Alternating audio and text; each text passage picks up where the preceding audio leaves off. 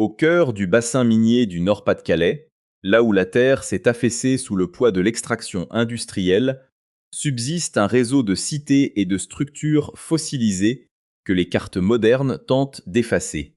La France des manuels scolaires célèbre ses vignobles et ses châteaux. Mais il existe une autre géographie, celle des crises d'infrastructures et des traumatismes anthropogènes.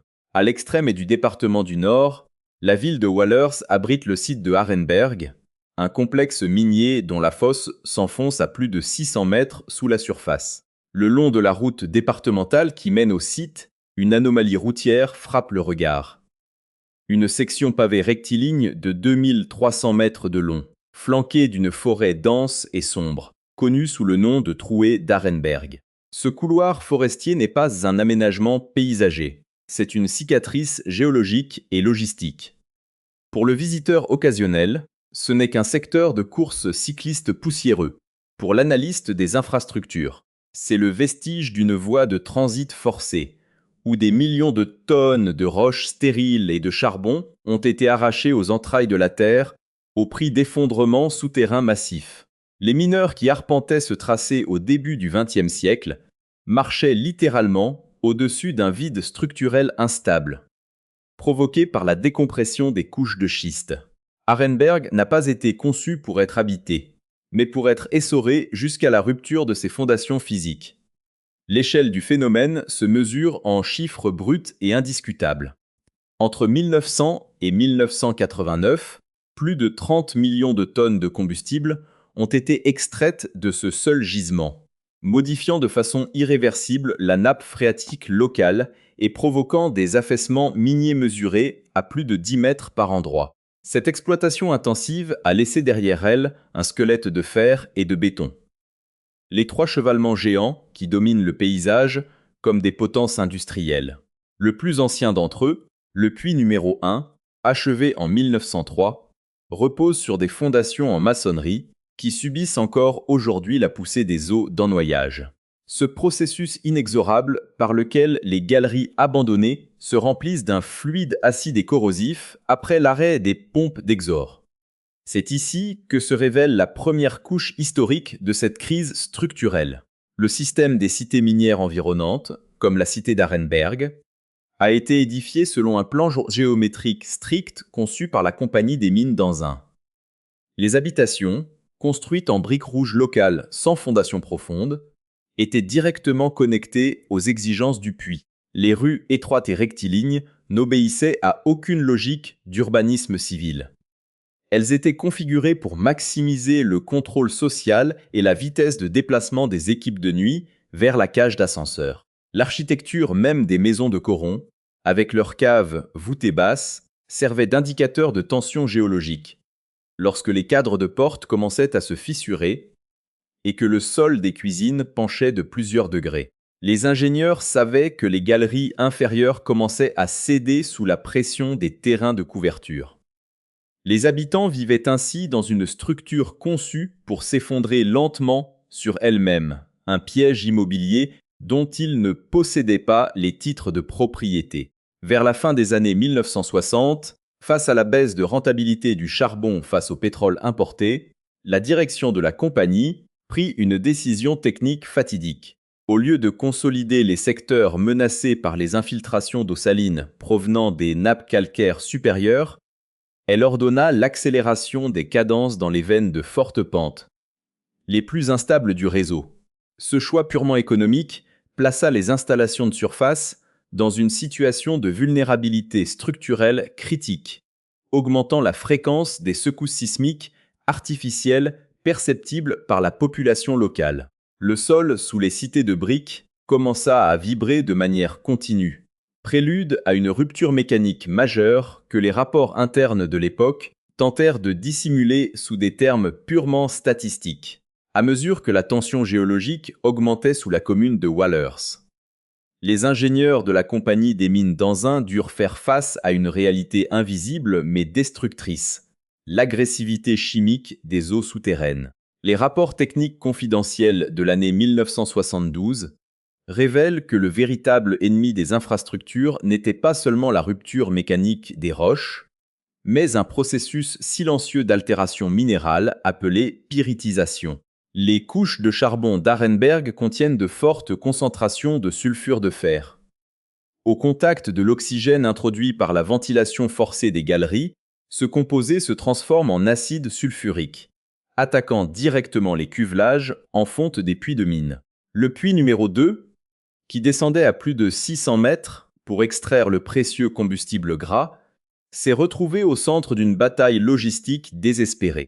Les équipes de maintenance devaient injecter quotidiennement des tonnes de ciment liquide derrière les parois métalliques pour colmater les brèches par où s'infiltrait une saumure corrosive capable de ronger un rail d'acier en quelques mois. Ce combat technique se déroulait dans l'obscurité totale, loin des yeux des mineurs qui continuaient à descendre chaque matin dans les cages d'ascenseurs. L'ampleur du désastre latent se traduisait par le débit des pompes d'exor, qui devaient recracher à la surface plus de 3000 mètres cubes d'eau par jour pour maintenir les chantiers d'abattage au sec. Si ces machines s'arrêtaient ne serait-ce que 12 heures, les galeries inférieures étaient définitivement noyées, condamnant des millions de francs d'équipements de pointe. C'est cette infrastructure hautement vulnérable qui a dicté la forme de la surface. Au-dessus de ce labyrinthe inondé, la vie quotidienne dans les corons s'organisait autour d'une architecture de la surveillance et de la dépendance. La compagnie ne se contentait pas de loger ses ouvriers. Elle gérait un écosystème fermé où chaque rue, chaque dispensaire et chaque école appartenaient à la même entité industrielle. Les cités, comme celle de la fosse d'Arenberg, étaient construites selon une logique de segmentation stricte. Les maisons des mineurs au centre, alignées de manière monotone, et les habitations des ingénieurs sur les hauteurs, à l'abri des poussières de charbon et des bruits de la plaine d'extraction. Cette disposition spatiale reflétait exactement la hiérarchie du fond. Les ingénieurs surveillaient le paysage depuis leurs balcons en briques blanches, guettant la moindre colonne de fumée anormale s'échappant des installations de surface. Les mineurs, quant à eux, habitaient des logements où les réparations étaient soumises au bon vouloir de la direction. Si un mur se lézardait à cause d'un mouvement de terrain, l'habitant devait prouver que les dégâts provenaient directement des travaux de la mine. Une procédure administrative complexe, où la compagnie était à la fois juge et partie. Le gaz de mine, le redoutable grisou, constituait une autre menace invisible qui ne se cantonnait pas aux galeries souterraines. Par un phénomène d'exfiltration à travers les failles de la roche décompressée, le méthane parvenait parfois à remonter jusqu'à la surface, s'infiltrant dans les caves des habitations et transformant les sous-sols des corons en zones d'explosion potentielle. Les mineurs apprenaient à leurs enfants à ne jamais craquer une allumette dans la buanderie sans avoir préalablement aéré la pièce pendant plusieurs minutes. La rupture finale de cet équilibre précaire ne vint pas d'un effondrement soudain, mais d'un décret gouvernemental. En application des directives de fermeture progressive du bassin minier, l'ordre fut donné d'arrêter définitivement l'extraction au puits numéro 1 en 1989. Ce fut le début du processus le plus redouté par les géologues, l'ennoyage contrôlé.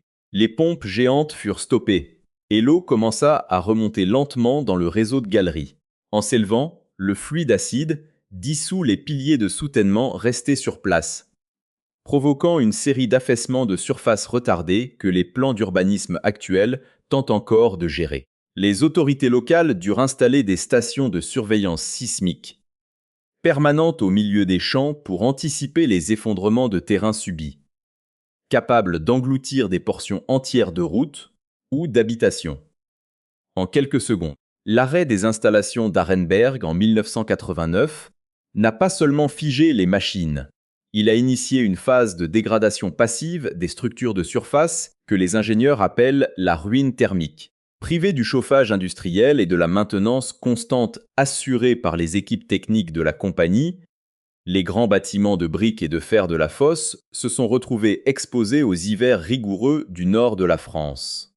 L'humidité infiltrée dans les maçonneries non chauffées a provoqué l'éclatement des joints de mortier sous l'effet du gel, affaiblissant la capacité portante des murs extérieurs du bâtiment des compresseurs.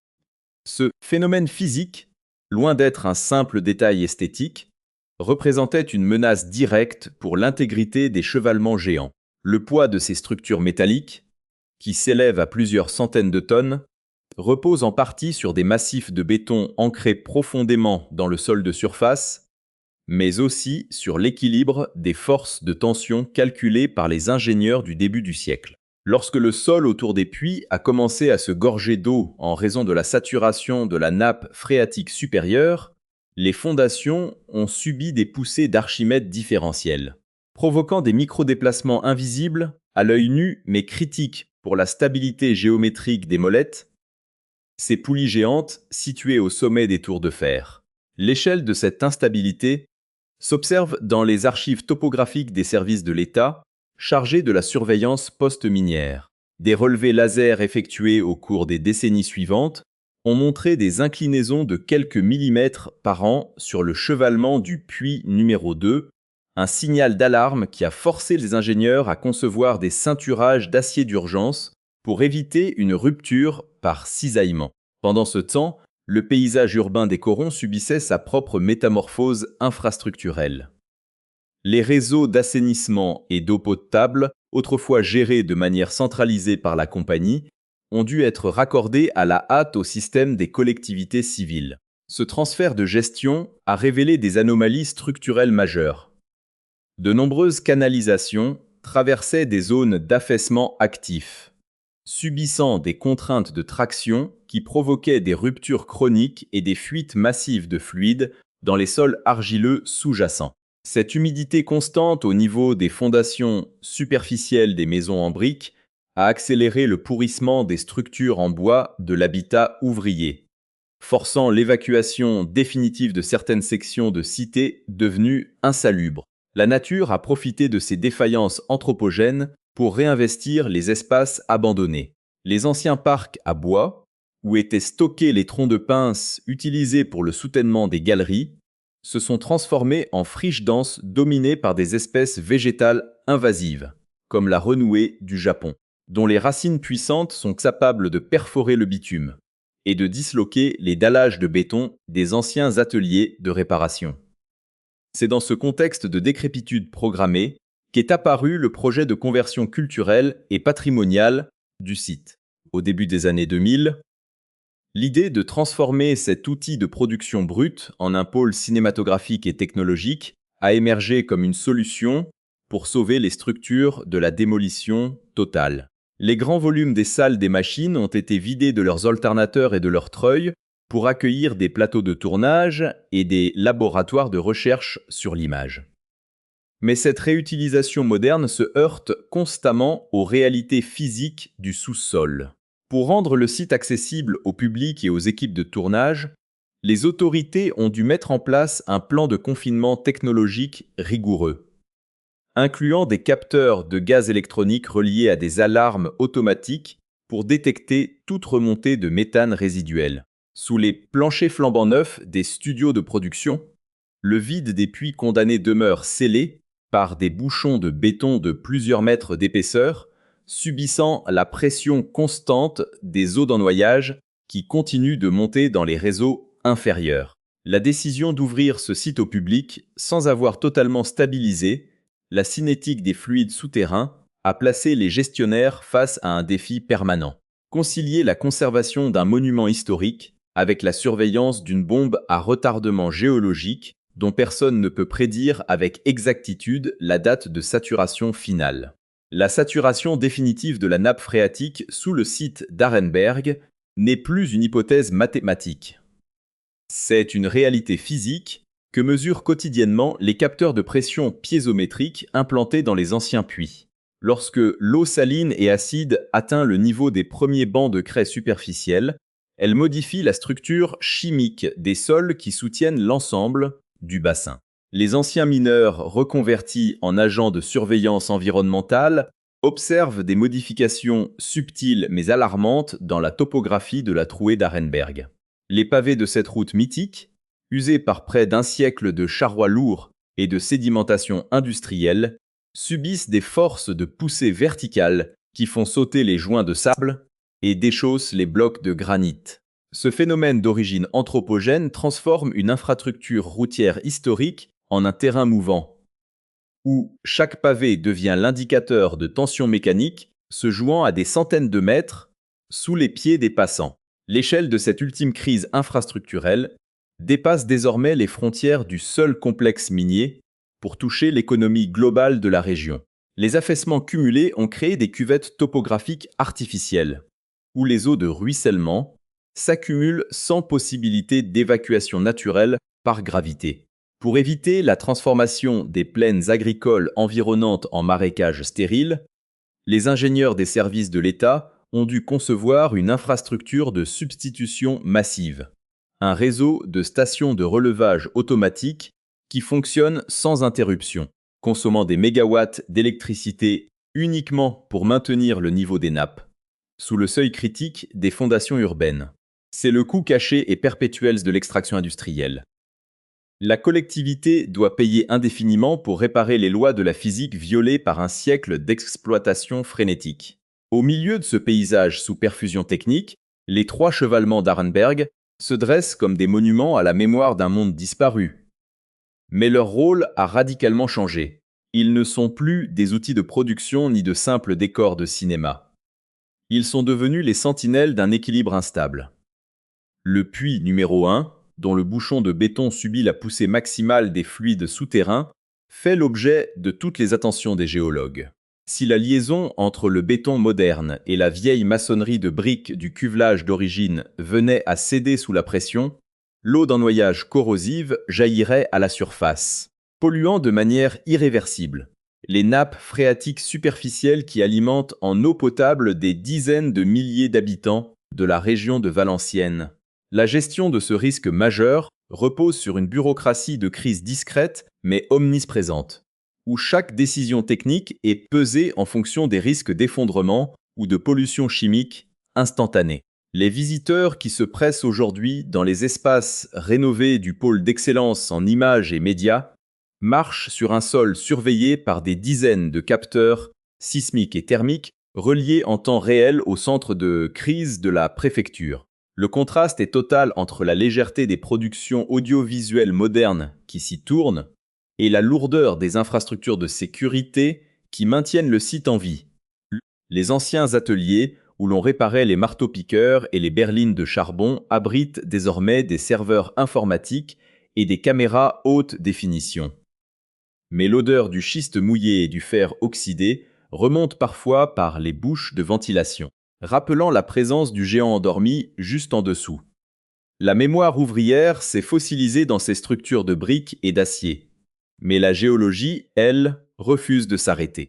Les ingénieurs savent que le processus de stabilisation complète du sous-sol prendra encore des décennies, voire des siècles, et que chaque fissure apparaissant sur la façade d'une maison de Coron ou sur un pavé de la Trouée est le signal d'un ajustement structurel inévitable. La décision finale de figer ce lieu pour en faire un musée et un pôle technologique a scellé un pacte faustien avec la nature. L'homme a cessé d'extraire la richesse de la terre, mais il est désormais condamné à surveiller et à entretenir éternellement la blessure qu'il lui a infligée, sous peine de voir l'ensemble de cette infrastructure historique s'effondrer définitivement dans le grand vide noir du bassin minier. Aujourd'hui, le site d'Arenberg et sa célèbre trouée forestière se partagent entre 2 réalités parallèles. La mémoire figée du patrimoine mondial et la cinétique implacable des fluides souterrains. Les derniers témoins de l'époque de l'extraction, ces anciens mineurs qui ont vu les cages d'ascenseurs s'arrêter définitivement, arpentent désormais les pavés de Waller non plus comme des ouvriers de la roche, mais comme les gardiens d'un temple industriel désaffecté. La métamorphose esthétique du lieu, immortalisée par le cinéma et les retransmissions sportives internationales, masque difficilement la persistance des contraintes physiques laissées par un siècle de surexploitation anthropogène. La structure superficielle du bassin a atteint une phase d'équilibre artificiel, entièrement dépendante du fonctionnement continu des infrastructures de pompage et de surveillance sismique. Les ingénieurs du Bureau de recherche géologique et minière analysent en permanence les données transmises par les capteurs de surface, car le tassement des terrains de couverture n'est jamais totalement achevé.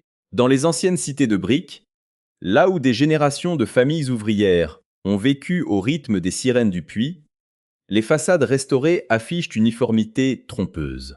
Derrière l'alignement géométrique des corons se cache une histoire d'expropriation, de lutte syndicale et de mutations sociologiques profondes qui ont redessiné l'identité du nord de la France. Le passage d'une économie de production lourde à une économie de l'image et de la culture a laissé des cicatrices invisibles dans le tissu social local.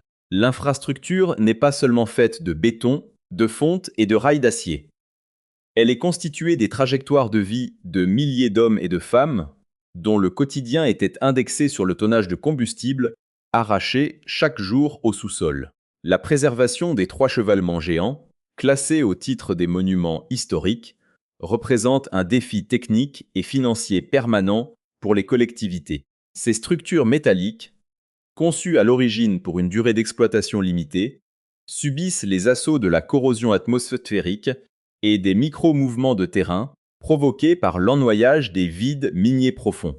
Les verrières des anciens bâtiments de la recette, là où le charbon était trié par des mains d'enfants et de femmes, reflètent désormais la lumière artificielle des studios de tournage modernes, créant un contraste saisissant entre la dureté du passé industriel et la fluidité des productions médiatiques contemporaines.